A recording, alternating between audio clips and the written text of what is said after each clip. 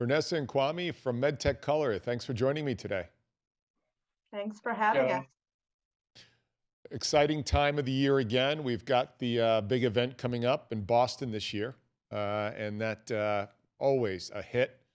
Kwame, tell me a bit about the event and why it's so meaningful to the industry. Well, we were surprised by a couple things. We first intended for this to be a gathering primarily of leaders of color, but what we discovered is senior leaders, allies are also equally excited about coming together in person.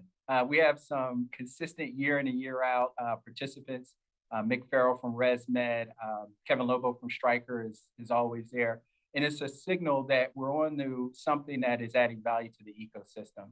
And it's been wonderful to work with Vanessa on this event for several years now. Vanessa, take me back to the genesis of MedTech Color, when it was started and the initiatives that you continue to check off every single year, building a stronger brand and a stronger awareness around the initiatives of MedTech Color.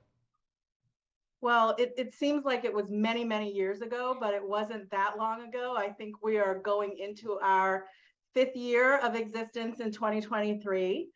And MedTech Color really started as the brainchild of Kwame and other executives of color in MedTech over dinner, talking about shared experiences in the industry, and often what can be a feeling of, loneliness, quite frankly, as you evolve and progress through your career.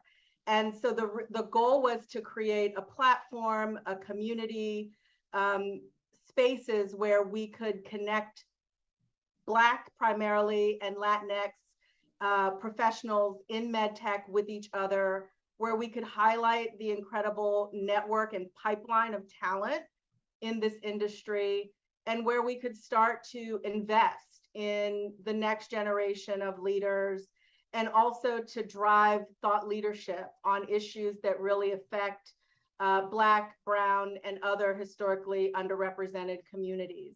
And I'm thrilled, I'm surprised, I'm delighted at all that we've accomplished in such a short time, in large part due to just the support of people and organizations like you, and many others who believed in us and have been there, almost from the start.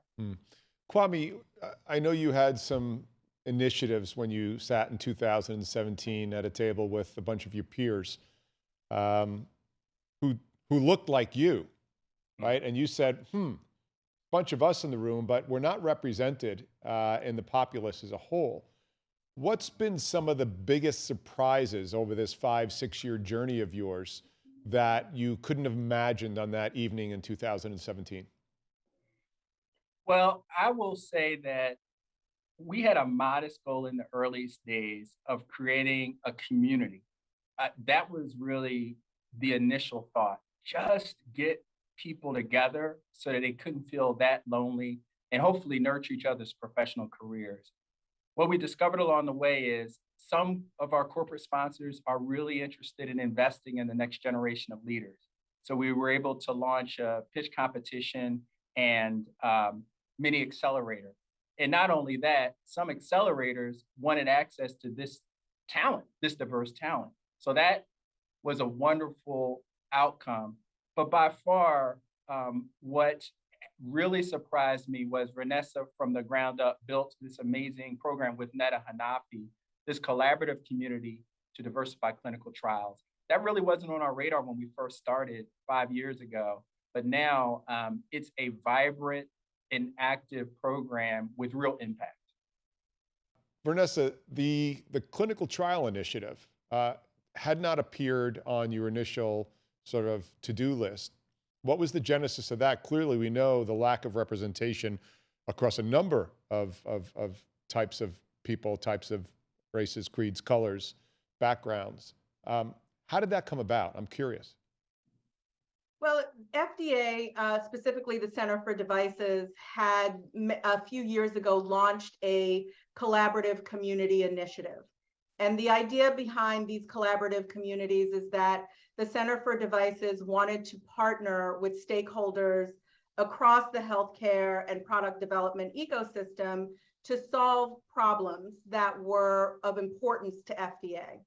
And one of the initiatives that the agency, particularly in the medical device space, had been focused on is how to drive more diverse and representative clinical trials and product developments.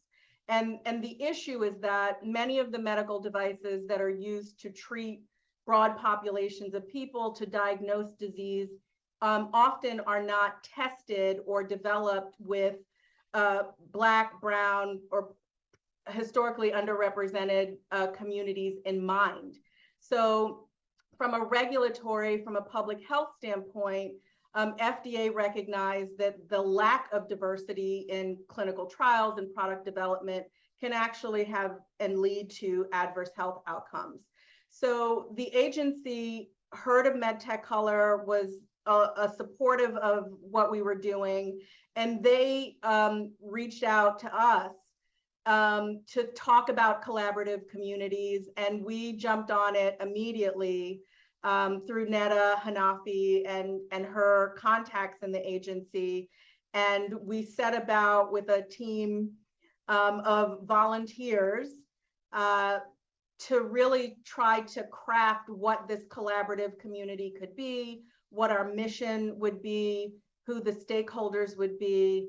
And we have had such incredible investment from across the healthcare ecosystem. We've put on webinars on how to diversify clinical trials. We have had focus groups with patients who are telling their stories about their journeys. And there's so much more that we're doing to try to both drive greater representation in clinical research, but also have medical devices developed with the broadest, most inclusive lens possible for their intended uses. Mm. So if somebody's watching right now and they're an emerging tech startup or they're in one of the big strategics, just quickly, how would they lean into MedTech Color in order to be a contributor of this initiative? Go to our website. All of the information on our collaborative community and our innovator pitch competition is there, as well as our networking breakfast. And we have a great operations team here at MedTech Color, and they would be happy to send you information, to have an informational meeting with you, or to connect you with any of the individuals who are working in these various initiatives if you'd like to volunteer. You mentioned two initiatives there I want to jump into right now because they have something to do with the upcoming networking breakfast event, which I'm really excited about, but also the pitch program. And you have invested, if I've got the number right here, over $300,000 in cash and in-kind services to 20 Hispanic and African American early stage founders in the pitch competition.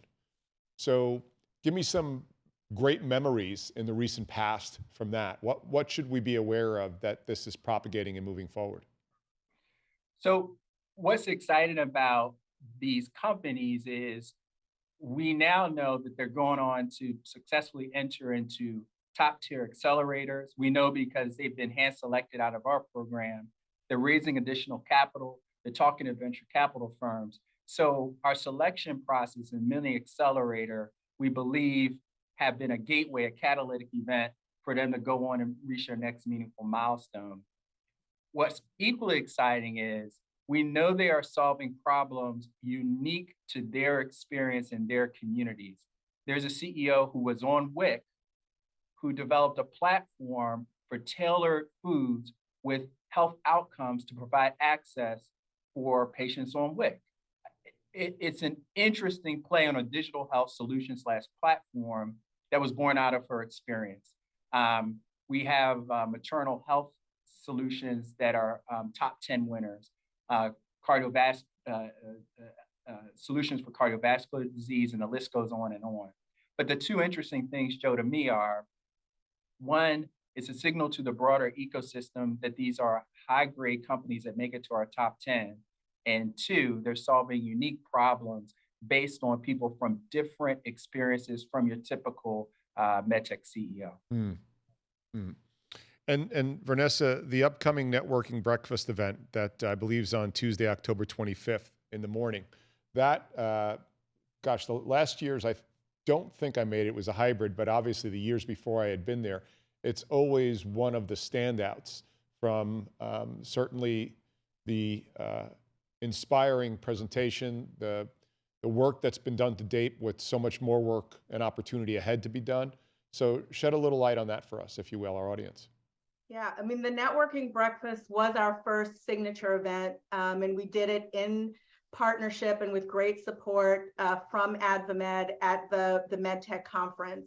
And we thought, what better place to network, to build this community that's, at the heart of MedTech Color than at the, largest signature event for our industry. And so the networking breakfast has grown year over year. I think the first year we had maybe 70 people in the room.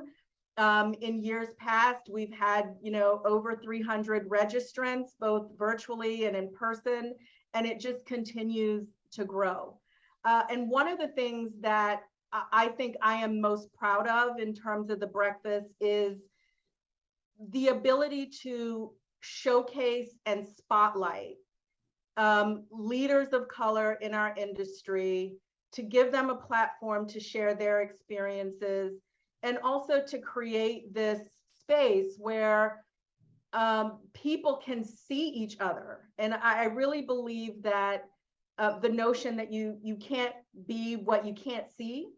And so it's very inspiring and empowering for the people who are just sort of starting their careers in MedTech to be in a room with professionals from very diverse backgrounds and very diverse experiences who are eager to know them, right? And some people in those rooms have found their next job opportunity, have found a mentor who's a CEO or a leader of a division in a company. So it's a very powerful and very palpable impact that I think we're having at the breakfast. And this year we're really excited. J&J has been one of our key sponsors. They believed in us almost from the beginning and have been enormously supportive of MedTech Color. And so we're excited to have Lamont Bryant as our keynote speaker this year. He's the Worldwide Vice President of Regulatory Affairs at Ithicon, which is a J&J company.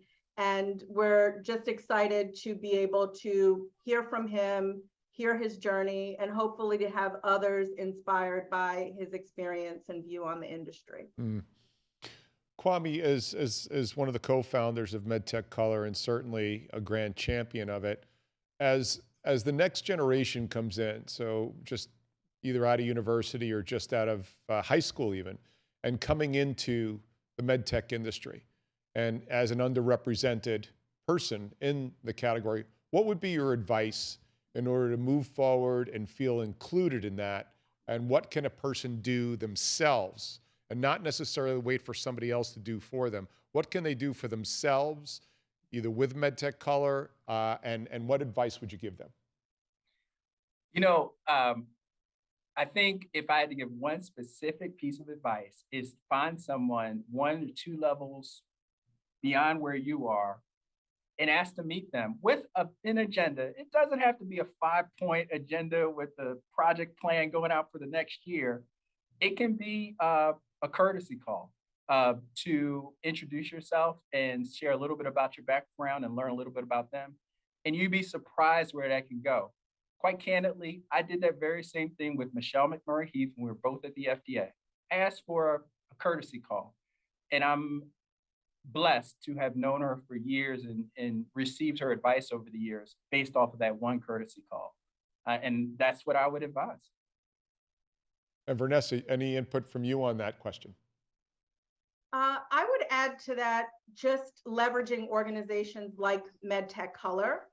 One, volunteering, raising your hand, jumping in, trying to help out.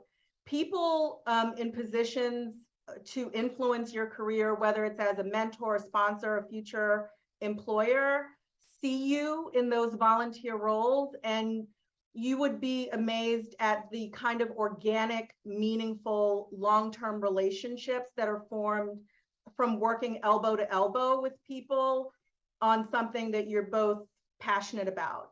I know for me personally, if Kwame tells me that I should talk to somebody or meet with somebody, I do that because that's the power of MedTech Color, and the power and the impact of trusting your connections, inviting people into your network, and giving people your time and energy. And what I have found is people remember that. They don't forget it. And sometimes you can pour into people in ways that you don't even realize the impact. And at moments where you might be a little bit doubtful about what you're doing or the impact, or you might be looking for your next opportunity, somebody that you helped, spoke to, encouraged 10 years ago is speaking about you in rooms that you're not in. And that's really the power of what we are doing at MedTech Color. And so that's my advice, is get in there, raise your hand, and get involved. I love that message about the volunteering, and it's so true. As an organization that's built companies and careers for 30 plus years, the number of fantastic things that come out of people volunteering to do something within the community you're trying to influence. And again, give without expecting anything in return, but be standing in plain sight when somebody needs something. That sort of wins across the board for everybody. Kwame and Vanessa, what details can we share with our audience about the event? How can they reach out, be part of it? And then in general, what do you hope to see over those couple days in the AdvaMed conference? Well, I'll start. You can certainly visit us at medtechcolor.org to get all the information to register for the event. What's happening that's exciting for us is we're starting to see more service providers, top tier organizations, not just OEMs, raise their hand and say, I want to get involved in some meaningful way. Our by far most committed law firm has been McDermott, Will & Emery, where Vanessa serves as a partner. But we're starting to see other law firms in our ecosystem say they want access to this group of talent, and they want to be associated with MedTech Color. And that's something exciting that we're going to see on the horizon. But sign on up and come see us in Boston. Vanessa? Yeah, if by chance you're not able to join us in Boston, we do have our online platform, which for the past few years during the pandemic has been really meaningful in terms of us still being able to have this event and connect with people. So if you are joining us online, we will have rooms that are hosted by senior executives and leadership from different organizations in the MedTech ecosystem, where you'll have an opportunity to network virtually in small groups. And folks who have had the opportunity to participate in those virtual settings have found new relationships, new connections, and new ideas about how to drive diversity, equity, and inclusion in their own organizations or just personally. So if you're not able to be in Boston in person, there's still an option for you to network with us, and we hope you take advantage of that. And we're talking about Tuesday, October 25th from 7:30 a.m. to 9 a.m. And that rolls right into the rest of the AdvaMed conference, which is, I think, pound for pound. It's going to start taking on JP Morgan. I'm saying it right here. I think eventually we're going to move MedTech over to the right coast. Sorry about that, Kwame. I know you're on the left coast, I think. Over to the right coast. And let's get a little love up in the Boston area for the MedTech industry for sure. Well, Vanessa and Kwame, I always appreciate our time together, and certainly appreciate your efforts on making the MedTech industry, health tech industry, a better place because of your efforts. Thank you so much, Joe. Great. So I'll see you all in Boston in a couple weeks. But until then, I'm Joe Mullings from 160 Studios. Be well.